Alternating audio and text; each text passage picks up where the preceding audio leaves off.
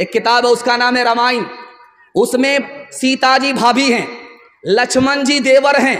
उनको पूछा जा रहा है भाभी का चेहरा बताओ, कैसा चेहरा है? भाभी तुम्हारी लंबी है या नाटी है, गोरी है या काली है, कैसी है चेहरा बता दो भाभी है।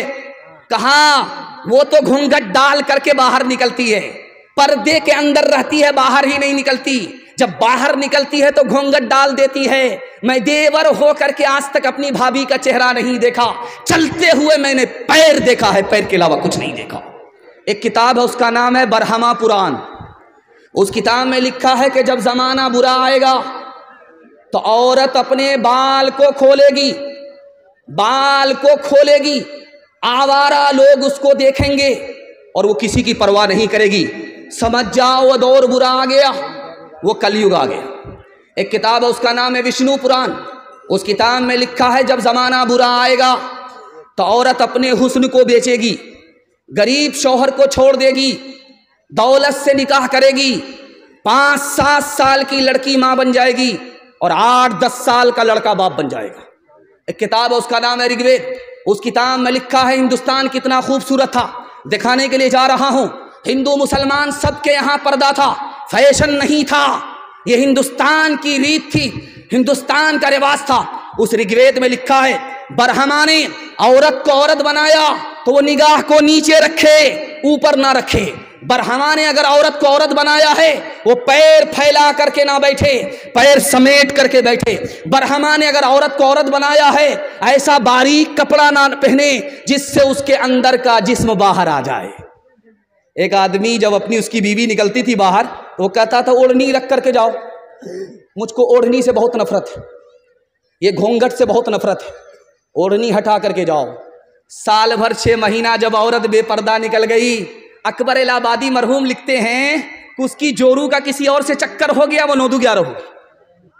अब ये पुलिस के पास आया रिपोर्ट लिखाने के लिए, तो क्या कहता है कि भाई साहब ये भी गई वो भी गया, रो करके रिपोर्ट लिखा रहा है।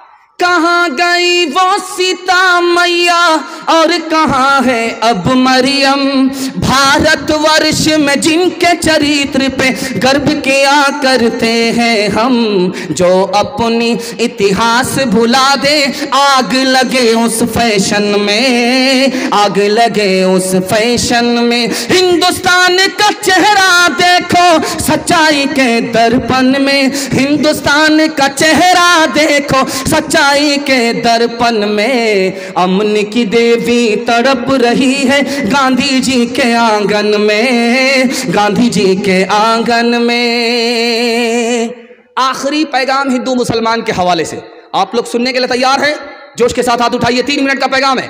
दिल मिले या ना मिले हाथ मिलाएंगे, हाथ उठाइए इंशाअल्लाह। इंशाअल्लाह। ये देखिए, ये देखिए, जब दिल मिला नहीं हाथ मिलाने से क्या होगा? जरा इधर भी ध्यान रखिए, जल्दी से मेरे हिस्से का जलसा मुकम्मल हो रहा। आप देखेंगे जब आदमी मोटरसाइकिल चला रहा होता, बिल्ली ने रास्ता काटा, अब वो डिस्क ब्रेक मारता है, 20 बार इधर थूकता है, 20 बार उधर थूकता है। क्यों? आगे खतरा होगा। लिखा गलत है। आगे अगर खतरा होगा तो अपने पाप की वजह से होगा, खतरा अगर टलेगा तो अपने पुण्य की वजह से। लेकिन देखिए कसूर अपना है, इल्जाम बिल्ली के ऊपर डाल रहा है। घर की जली बन में गई, बन में लागी आग, घर की जली बन में गई, बन में लागी आग। बन बेचारा क्या करे, बन बेचारा क्या करे, जो है हमारे भाग, जो है हमारे भाग। कौवा अगर छप्पर पर बोले तो क्या कहते हैं कि दामाद आ रहा है, अगर पूरब के छप्पर पर बोले तो कहते हैं समधी आ रहा है। बाजार में 1000 कौवा बोलते हैं, कितने दामाद आ रहे हैं, कितने शौहर आ रहे हैं, कितने समधी आ रहे हैं। शायरों ने किसी बात को मशहूर कर दिया, उसी को लोगों ने पकड़ लिया। कागा आए मुंडेर पर भेजे कौन संदेश, कागा आए मुंडेर पर भेजे कौन संदेश। भैया के संग इस बरस, भैया के संग इस बरस, भाभी गई विदेश, भाभी गई विदेश। चक्की चल रही थी, दाना मुंह में जा रहा था, आटा बन रहा था। बाप रोने लगा, बेटा हंसने लगा। तो बाप ने कहा, गया बंस कबीर का हाय पूत कमाल, ये बेटा तो रोने की जगह हंसता है, ये तो खानदान का नाम मिट्टी में मिला देगा। तो बेटे ने कहा, अब्बा हुजूर, कौवे से ज्यादा कौवे का बच्चा चालाक होता है, आप रोने की वजह बताइए, मैं हंसने की वजह बताता। कहा, बेटा ये चक्की में दाना गया, आटा बन गया, मुझे अपनी मौत याद आ गई। ये दुनिया भी चक्की है, इसके दो पार्ट आसमान और जमीन हैं, और इंसान दाने की जगह है, ये भी मिट्टी में मिल जाएगा, मुझे अपनी मौत याद आ गई, इसलिए रो रहा था। कहा, अब्बा हुजूर, आपका रोना सही है, मेरा हंसना सही है। आपने चक्की को देखा, आटे को देखा, आटे देख करके मौत याद आ गई। आपने किल्ले को नहीं देखा जिसको पकड़ करके चक्की चलाई जाती है। जो दाना किल्ले से सट जाता है वो पीसा नहीं जाता, जो ईश्वर की रस्सी को पकड़ लेता है वो यहां भी आबाद रहता है, वहां भी आबाद रहता है। चलती चक्की देख के दिया कबीरा रोए, चलती चक्की देख के दिया कबीरा रोए। दो पाटन के बीच में, दो पाटन के बीच में साबुत बचा न कोई, साबुत बचा न कोई। चलती चक्की देख कर दिया कमाल भभाए, कील सहारे जो रहे, कील सहारे जो रहे, वो बाल बाल बच जाए, वो बाल बाल बच जाए। मुझे इन तमाम पैगाम को सुना करके बताना यह है कि हिंदी भी हिंदुस्तानियों की जबान है, चाहे वो हिंदू हो चाहे वो मुसलमान हो। उर्दू भी हिंदुस्तानियों की जबान है, चाहे वो हिंदू हो या मुसलमान हो। उसकी जिंदा मिसाल अमीर खुसरू है। अमीर खुसरू मुसलमान होकर के हिंदी शायर है। मुसलमानों ने और सेकुलर हिंदू ने कभी भी जबान के नाम पर भेदभाव नहीं किया। इंशाअल्लाह जबान के नाम पर हम भेदभाव नहीं करेंगे। हिंदी को भी सीखेंगे, उर्दू को भी सीखेंगे। हाथ उठाइए इंशाअल्लाह। चक्की कुएं पर 4 लड़की पानी भर रही थी। अमीर खुसरू आए, कहा, बेटी प्यास लगी है, पानी पिला दो। कहा, आप शायर आदमी, आपको फ्री में पानी नहीं पिलाएंगे, शेर पढ़िए। कहा, फरमाइश बताओ। एक लड़की ने कहा, मुझको खीर खाना पसंद है, खीर पर मिसरा कर दी। दूसरी लड़की ने कहा कि मेरी माँ चरखा चलाती है, कपड़ा बुनती है, चरखा पर मिसरा कह दी। तीसरी लड़की ने कहा कि मेरे घर में कुत्ता है, रात भर जागता है, घर की हिफाजत करता, कुत्ते पर मिसरा कह दी। चौथी लड़की बोली कि मेरा बाप मुहर्रम में दारू पीकर कैसा ढोल बजाता है कि दोनों तरफ से फट जाता है, ढोल पर मिसरा कह दी। अब चारों लड़की की फरमाइश को अमीर खुसरू ने 2 मिसरे में पेश किया। खीर पकाई जतन से, चरखा दिया जलाए, खीर पकाई जतन से, चरखा दिया जलाए। आया कुत्ता खा गया, आया कुत्ता खा गया, बैठ के ढोल बजा, ला पानी पिला।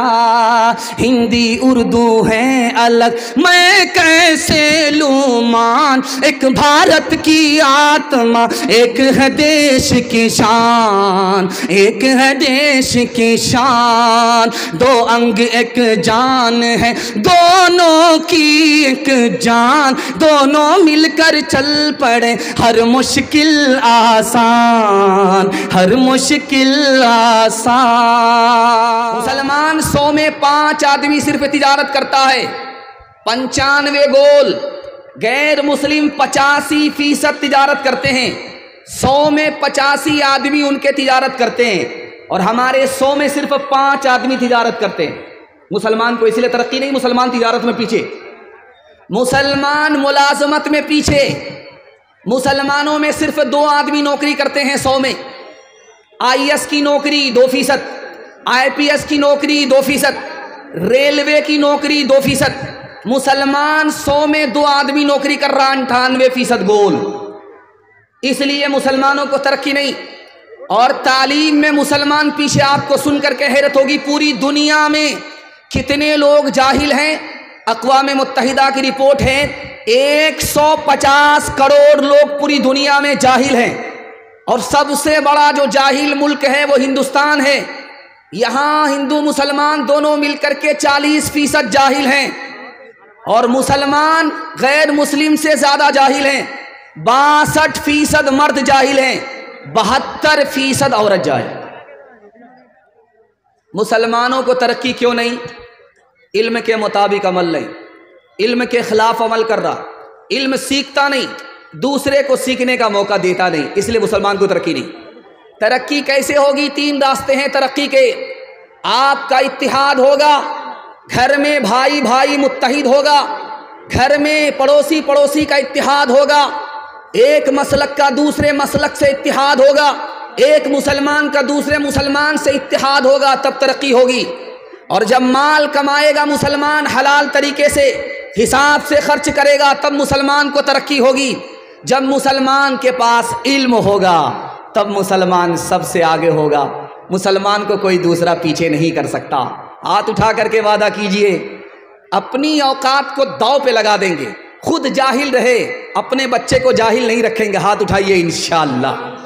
खुदा है मेहरबान बोलो, बोलो है मेहरबान बोलो, ए अहले वतन जाने वतन बन के दिखा दो, इस खाक के जर्रे को भी इंसान बना दो। इंसान वो है इल्म की हो जिसमें तजल्ली, हैवान को कभी इल्म मिला हो तो बता दो। कांटों को जिहालत के अलग काट के फेंको, तुम इल्म से फूलों से नया बाग खिला दो। है मुल्क में तफरीक जिहालत के सबब से, तुम इल्म की कुव्वत से ये झगड़ा ही मिटा दो। बे इल्म का जीना भी है एक किस्म का मरना, जैसे तने बेरू जला दो के दबा दो। खुदा है मेहरबान बोलो, बोलो है मेहरबान बोलो। बहुत अच्छा आपने सुना। आपसे वादा लेना चाहता हूँ, अपने बेटे को स्कूल के झूले में बिठाएंगे और अपनी बेटी को चूल्हे पर बिठाएंगे। हाथ उठा दीजिए इंशाअल्लाह। खैर माशाअल्लाह, जोर का झटका थोड़ा धीरे से लगा। माशाअल्लाह डिस्क ब्रेक मार करके आपने साबित कर दिया कि पूरी बेदारी के साथ आप जलसा सुन रहे। अल्लाह आपको जज़ाए खैर दे। बहुत ध्यान से सुनिएगा। पहला पैगाम, खुदा मेहरबान और हम कितने नादान। ये बड़ा खूबसूरत पैगाम है जो आपकी खिदमत में आ रहा है। कम वक्त में जल्दी से ये निकल जाएगा। आपकी खिदमत में ये आ रहा है। ये देखिए हमारी बाईं तरफ दिल है, बाईं तरफ दिल है।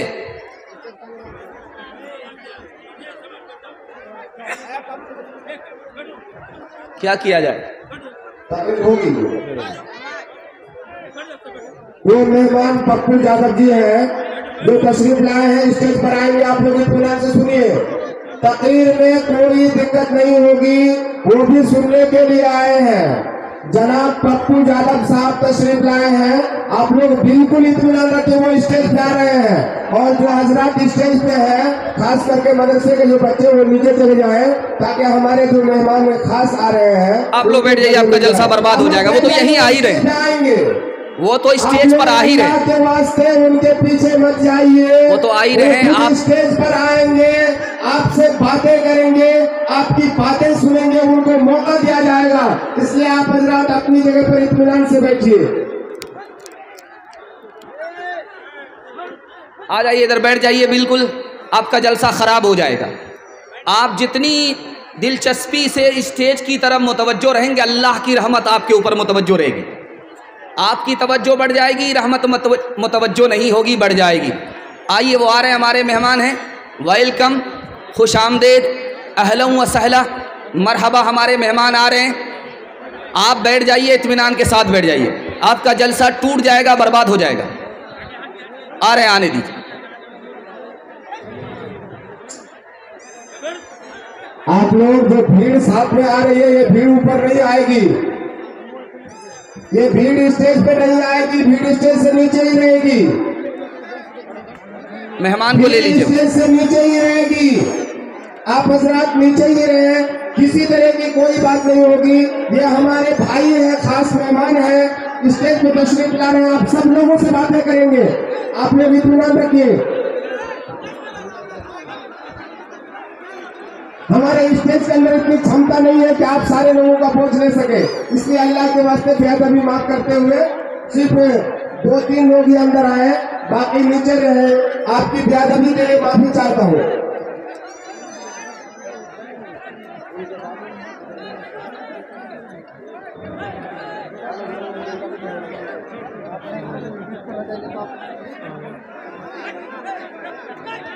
के इल्म में इजाफा फरमाए, मेरे मुताला को ताज़ा फरमाए। 1 मिनट के लिए ये जो बाईं तरफ हमारा दिल है ये 1 सेकेंड के लिए रुक जाता है, फिर चलता है।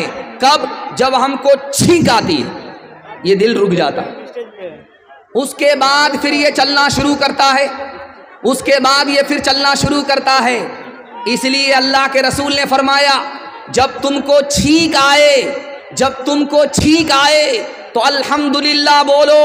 जो दिल तुम्हारा रुक गया था अल्लाह ने उसे दोबारा चला दिया। आपको सुनकर के हैरत होगी, सबसे अव्वल नेमत, सबसे आखिरी नेमत इंसान के पास क्या है? ये सांस है। सांस आती है इंसान जिंदा हो जाता है, सांस निकल जाती है आदमी मर जाता है। अरे भाई आप क्यों किसी को बैठा रहे?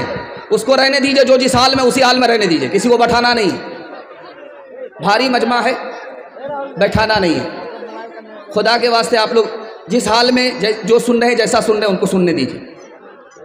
सांप और बकरी में फर्क देखिए। बकरी घास खा करके दूध देती है मालिक को, लेकिन सांप मालिक का दूध पी करके मालिक ही को डस लेता है। ये हुआ नमक हराम कि जिसका नमक खाया उसी की नमक हरामी किया। एक मिसाल है, बहुत खूबसूरत छोटा बच्चा है आपका, उसको आप कोई तोहफा देना चाहिए, चॉकलेट दीजिए, वो बाप का मुंह देखता है, पकड़ता नहीं है। क्या मतलब हुआ?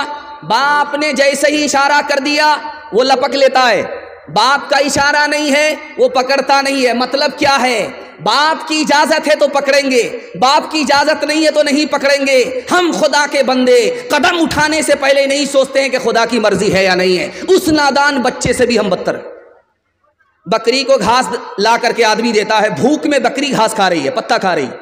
जैसे ही मालिक ने उसको पुकारा वो घास छोड़ करके अपने मालिक की तरफ मुतवज्जो हो जाती है। और हमारा खुदा सरकारी ऐलान मस्जिद से करता है, हम उस तरफ ध्यान नहीं देते, हम उस बकरी से भी बदतर है। आखिरी मिसाल है, आप देखेंगे रात का बचा हुआ भात है, उसको सुबह आदमी पानी मिला करके खाता, उसको पंता भात कहते हैं। एक आदमी खा रहा था सुभान अल्लाह, एक आदमी खा रहा था माशाअल्लाह, एक आदमी खा रहा था अल्हम्दुलिल्लाह। लोगों ने कहा तुमने खुदा की आदत बिगाड़ दिया। इतना जब अल्लाह का शुक्र अदा करोगे बासी भात खा करके तो रोजाना बासी भात ही खिलाएगा। एक देखो, हमको जब तक बिरयानी नहीं मिलती हम अल्लाह का नाम नहीं लेते। अपने मरकज से न चल मुँह फेर कर बहरे खुदा, भूलता है कोई अपनी इंतहा और इब्तिदा। याद है वो दौर भी तुझको के जब तो खाक था, किसने अपनी सांस से तुझको मुनव्वर कर दिया। कब तक आखिर अपने रब की नेमतें झुटलाएगा, कब तक आखिर अपने रब की नेमतें झुटलाएगा। फूल में खुशबू भरी जंगल की बोटी में दवा, बहर से मोती निकाले साफ रोशन खुशनुमा। आग से शोला निकाला अब्र से आबे सफा, किससे हो सकता है उसकी बख्शिशों का हक अदा। कब तक आखिर अपने रब की नेमतें झुटलाएगा। राहत में अल्लाह का शुक्र अदा करेंगे, हाथ उठा दीजिए इंशाअल्लाह। सबर नहीं होगा खुदकुशी करेंगे, हाथ उठाइए इंशाअल्लाह। तैयार रहिए, हम भी जनाजा पढ़ने के लिए तैयार हैं। तीसरा बड़ा खूबसूरत पैगाम, जल्दी से मेहमान आ चुके हैं, उनके लिए मुझे वक्त फारिग करना है। आप बहुत ध्यान से सुन लें, अल्लाह आपको जज़ाए खैर दे। ध्यान से सुनिएगा, अल्लाह के रसूल के हवाले से पैगाम आपको सुनाने के लिए जा रहा हूँ, उनकी फैमिली के हवाले से पैगाम सुनाने के लिए जा रहा हूँ, इसको ध्यान से सुनिएगा।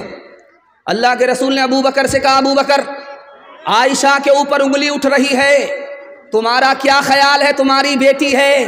तो कहा, या रसूल अल्लाह मैं कुछ नहीं कह सकता, आपका जो फैसला होगा मुझको हर हाल में तस्लीम होगा।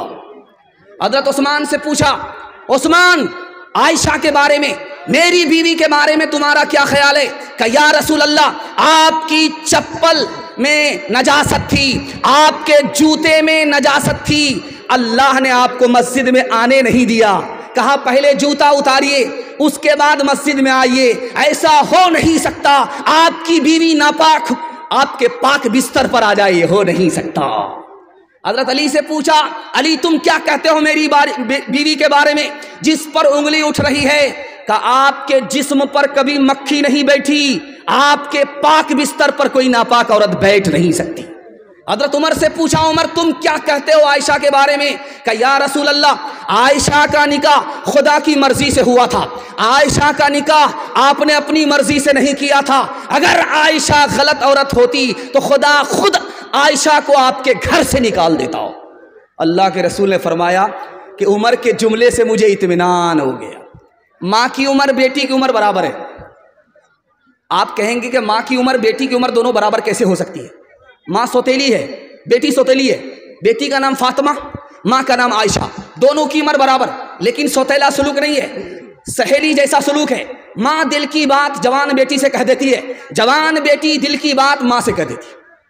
माँ की मजलिस में फातिमा मुस्कुराती है तो आयशा ने कहा, बेटी बेमौका क्यों मुस्कुरा रही हो, क्यों हंस रही हो? हंसने की कोई वजह नहीं तो क्यों हंस रही हो? का ख्याल आया। का क्या ख्याल आया? कि मैं तो रसूलुल्लाह की बेटी हूँ, आप तो अबू बकर की बेटी हो। समझ में आ गया कि बेटी को फख्र हो रहा है, अदब भी देना है, हौसला भी देना है।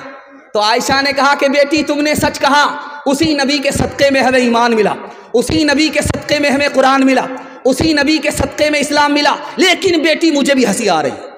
अब बेटी के कान खड़े हुए कि माँ को किस बात पर हंसी आ रही है? तो कहा कि बेटी एक वक्त आएगा तू मर जाएगी, कब्र में पहुंचेगी, एक वक्त आएगा मैं भी इंतकाल कर जाऊंगी, कब्र में पहुंचूंगी। जब तेरे हक में फैसला होगा कब्र से निकल करके तू जन्नत में जाएगी, जब मेरे हक में फैसला होगा कब्र से निकल करके मैं जन्नत में जाऊंगी। लेकिन बेटी मुझे हंसी इस बात पर आ रही है कि जब तू जन्नत में जाएगी तेरे हाथ में अली का हाथ होगा, बेटी जब मैं जन्नत में जाऊंगी मेरे हाथ में रसूलुल्लाह का हाथ होगा। अल्लाह अल्लाह कितना ऊंचा आयशा का है मकाम, अल्लाह अल्लाह कितना ऊंचा आयशा का है मकाम, अल्लाह अल्लाह कितना ऊंचा आयशा का है मकाम, अल्लाह अल्लाह कितना ऊंचा आयशा का है मकाम। हश्र तक उन्हीं के घर पे है मोहम्मद का क़याम, हश्र तक उन्हीं के घर पे है मोहम्मद का क़याम। कुरान के हवाले से 3 मिनट का पैगाम सुनने के लिए तैयार हैं? जोश के साथ हाथ उठा दीजिए इंशाअल्लाह। अखबार रोज़ पढ़ेंगे, कुरान कभी कभी हाथ उठा दीजिए इंशाअल्लाह। खैर, बीच बीच में आपका इम्तिहान हो रहा है, ध्यान से सुनिएगा, जल्दी से निकल जाएगा। आप देखेंगे मदरसे में लाइट चल रही है, बच्चा पढ़ रहा है, झूम झूम करके बच्चे पढ़ रहे हैं, कुरान पढ़ रहे हैं, उस्ताद देख रहे हैं, निगरानी कर रहे हैं, लेकिन अचानक लाइट चली गई। अब होता क्या है, उस्ताद हाथ का पंखा, ताड़ का पंखा लेकर के बच्चे को झेलता रहता है और बच्चे झूम झूम करके पढ़ते रहते हैं। उनको झूम झूम करके कुरान पढ़ने में मजा आ रहा, उस्ताद को पंखा झेलने में मजा आ रहा है। एक नवाब साहब आ गए, देखा, बड़ी हैरत हुई, 10,000 सोने के सिक्के दे दिया उस्ताद को इनाम में। वाह साहब, क्या कुरान पढ़ रहे हो, क्या बच्चे तुम्हारे कुरान पढ़ रहे हैं, ये 10,000 रुपये ले लो। वो कहने लगा, हुजूर कौन सा कारनामा किया था, इतना बड़ा पैसा आपने दे दिया। कहा निकल जाओ मेरे मदरसे से, तुम 1 नंबर के दुनियादार नजर आ रहे हो। कुरान के मुकाबले में तुम 10,000 को बहुत बड़ी दौलत समझते हो, कुरान के मुकाबले में दुनिया की सारी दौलत कुछ भी नहीं। एक जवान की शादी हो गई, 1 साल बाल बच्चा नहीं, जवान की शादी हो गई, 2 साल बाल बच्चे नहीं। अब लोग कहते रे कैसा जवान है, शादी हो गई, कैलेंडर छप ही नहीं रहा है।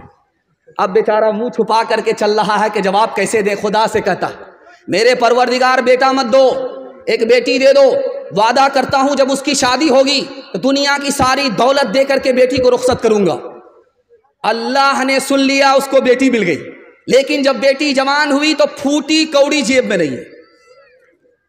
अब वो शर्मिंदा हुआ, इमाम शाफी रहमतुल्लाह अलैह के पास आया, कहा हुजूर गजब हो गया, अल्लाह से वादा किया था दुनिया की हर दौलत दे करके बेटी को रुखसत करूंगा, जेब में फूटी कौड़ी नहीं है। करे घबराने की कोई बात नहीं, दुनिया की सबसे बड़ी दौलत तुम्हारे पास मौजूद है।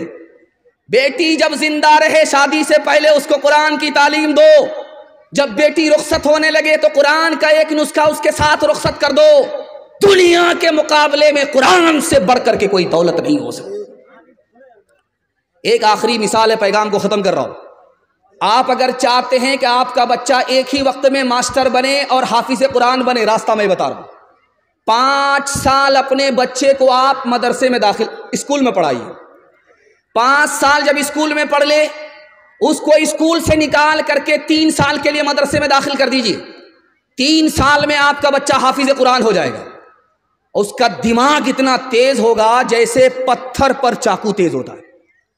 ये 3 साल का जो गैप हुआ है, आप उसको ट्यूशन कराइए, गारंटी है ये बच्चा सबसे आगे निकल जाएगा और सारे बच्चे को ये पीछे छोड़ देगा। जानते हैं क्यों?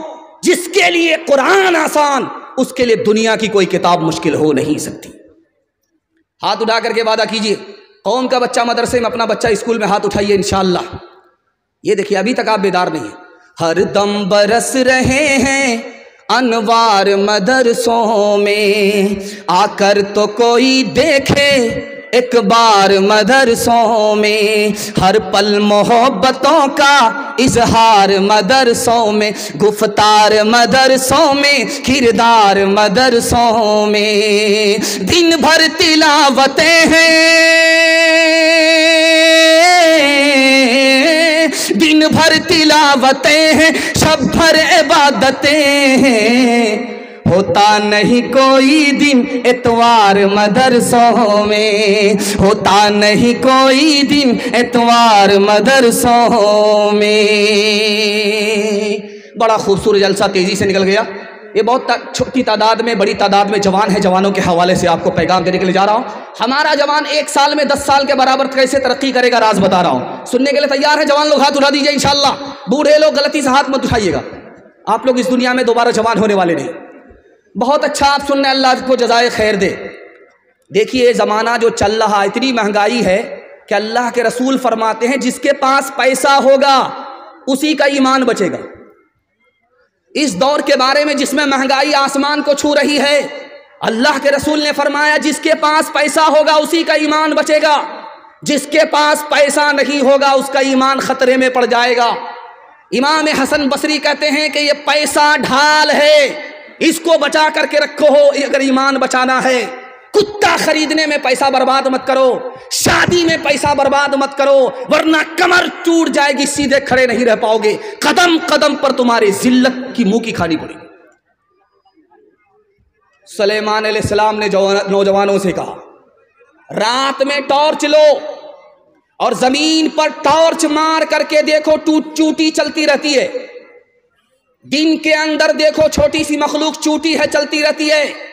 क्यों? उसे मालूम है बारिश के ज़माने में मुझे बाहर नहीं निकलना पड़ेगा, उसे मालूम है कि सर्दी के ज़माने में मुझे बाहर नहीं निकलना पड़ेगा। वो कमज़ोर मखलूक रात दिन एक करके मेहनत कर रही है, रोज़ी इकट्ठा कर रही है। चूटी से हमें सबक लेना चाहिए। अगर कल जिंदा रहना है तो चूटी की तरह आज मेहनत करनी पड़ेगी। एक आखिरी बात बता रहा हूँ। एक जवान आया, मस्जिद में दुआ कर रहा है, मेरे मालिक छप्पर फाड़ करके दे दो, लूट करके लाएं, कूट करके खाएं। हजरत उमर ने सुन लिया, कोड़ा लेकर के खड़े हुए। कहो जवान क्या दुआ कर रहे थे? कहा हुजूर दुआ कर रहा था कि मालिक छप्पर फाड़ करके दे दो। कहा आसमान से सोना नहीं बरसता, आसमान से चांदी नहीं बरसती। जवान, सिर्फ दुआ करने से तुम्हें कुछ नहीं मिलेगा, बल्कि मेहनत मजदूरी के लिए दुआ के बाद मस्जिद से तुम्हें बाहर निकलना पड़ेगा। हाथ उठा करके वादा कीजिए, हलाल कमाएंगे, हिसाब से खर्च करेंगे। हाथ उठाइए इंशाअल्लाह। अल्लाह आपको 1 साल में 10 साल के बराबर तरक्की देगा।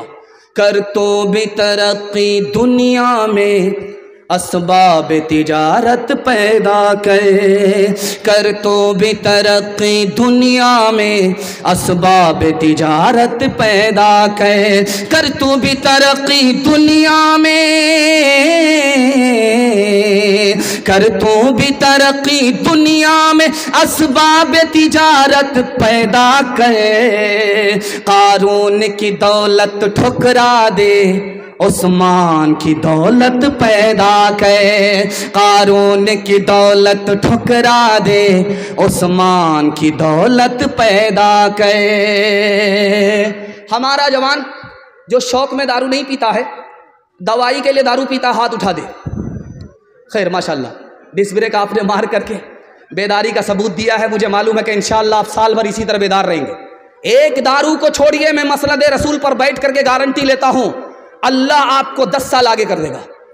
आपके घर में कच्चा अंडा है, उसको तोड़िए आप, ये गिलास है, इसमें डाल दीजिए।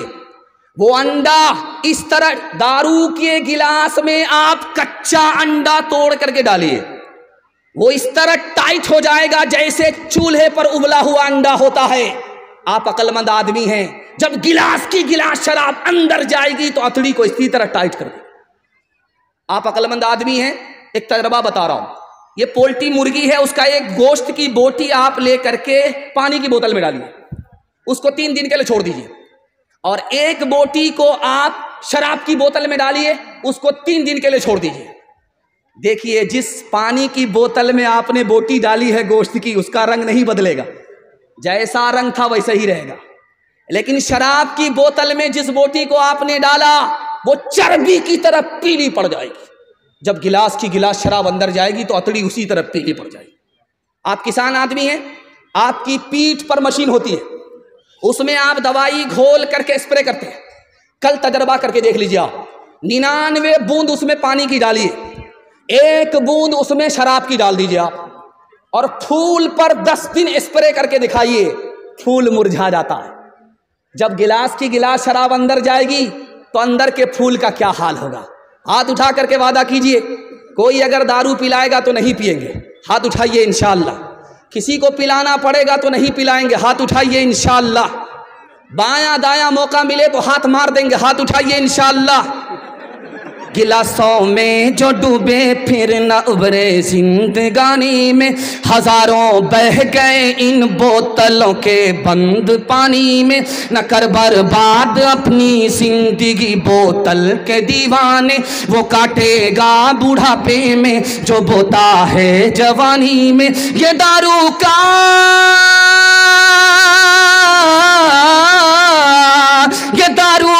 पियाला मौत का कड़वा पियाला है।